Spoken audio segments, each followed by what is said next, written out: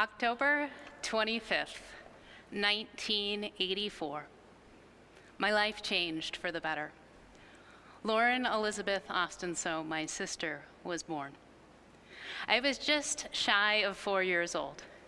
When my parents had told me that I would have a little sister, I was so excited. I would finally have another housemate and a live-in playmate who was not an adult. When my mom went into labor that day, I was quickly dropped off at my first friend Emily's house for my first sleepover.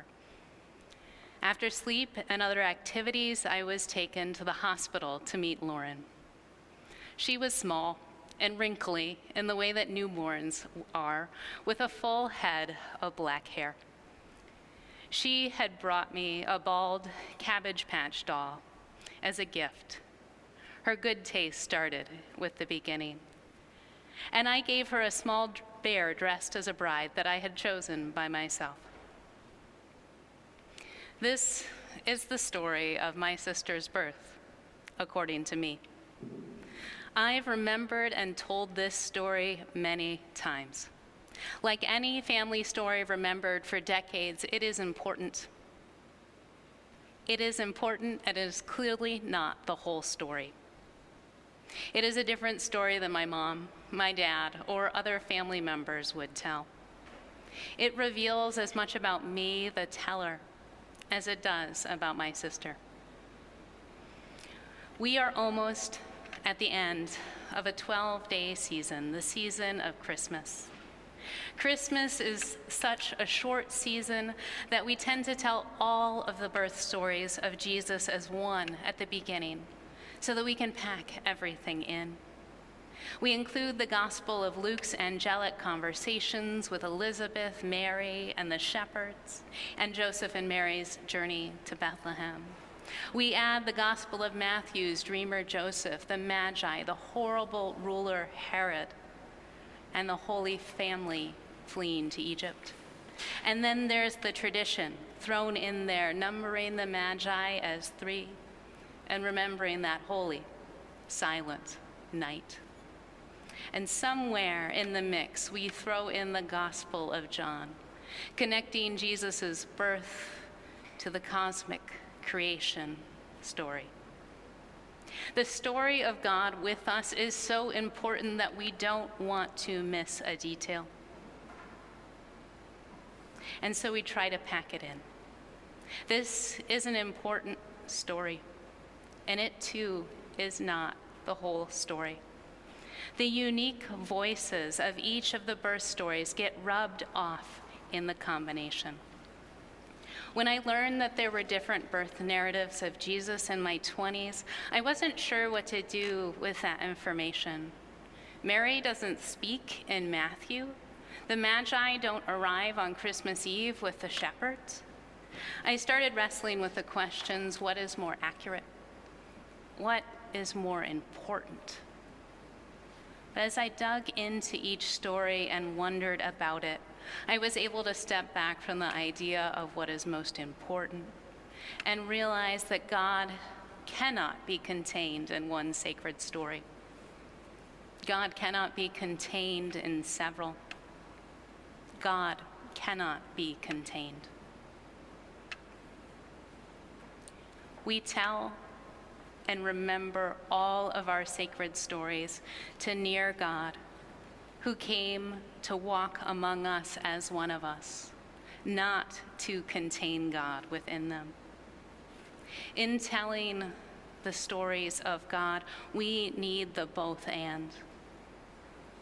We need as much of the sacred story as we can learn, and we need the unique tellings and perspectives to imagine a whole that is larger than its combined parts.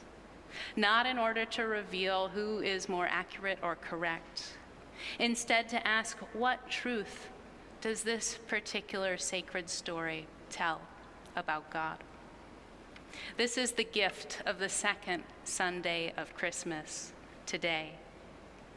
The gift is that we can step back and wonder about the unique truth and perspective of the Gospel of Matthew and how it reveals a little part of the uncontainable God. What I love about Matthew is that it begins with a notable genealogy.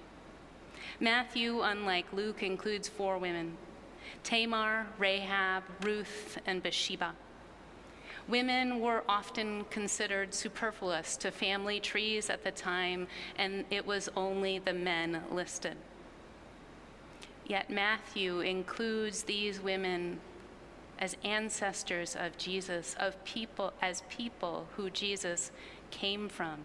He includes these women who are foreigners or of ill repute or who have stories that are troubling.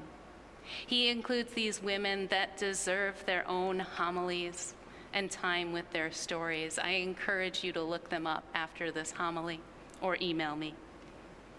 Yet in this Gospel of Matthew, where he brings up these women, Mary never speaks in the nativity story. Matthew's nativity story is Joseph-centric.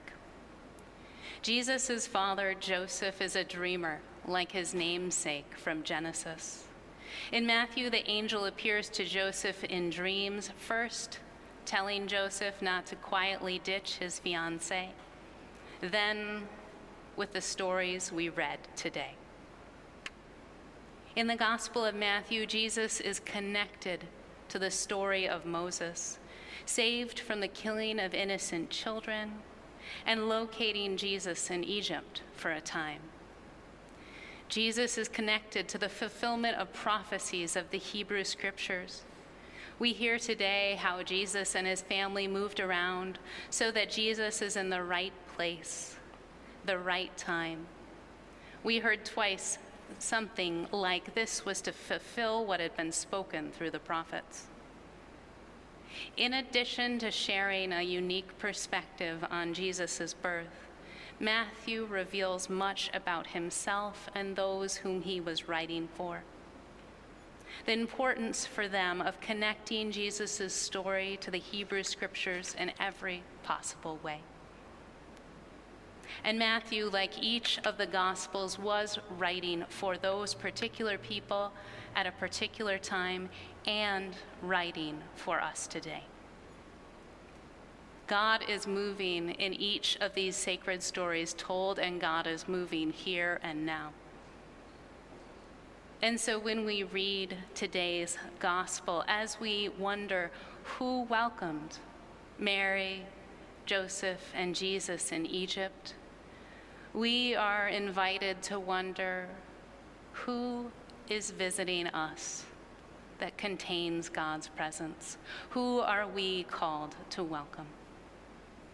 When we wonder about today's gospel, did those people know that they were in the presence of God? Did they miss them when they returned to Nazareth? We are invited to wonder if we are paying attention, if we are noticing God. As we ask these questions, we deepen our understanding of God. And we learn and wonder to reveal how God is present in our lives today and in the world. We all have a place in this sacred story. And in dwelling in the tension between the unique aspects of smaller stories of a larger holy whole, we practice living a faith-filled life. We take place in these sacred stories by telling and retelling both the greater story and the individual stories that point to God. Our sacred stories are important, and one by itself is not the whole story. Each of our stories call us as followers of Jesus to near God through the truth of what it's sharing. Keep telling them. Keep listening to other people's sacred stories, so that in both the glorious uniqueness and in what is created in total, we may see and near God with us.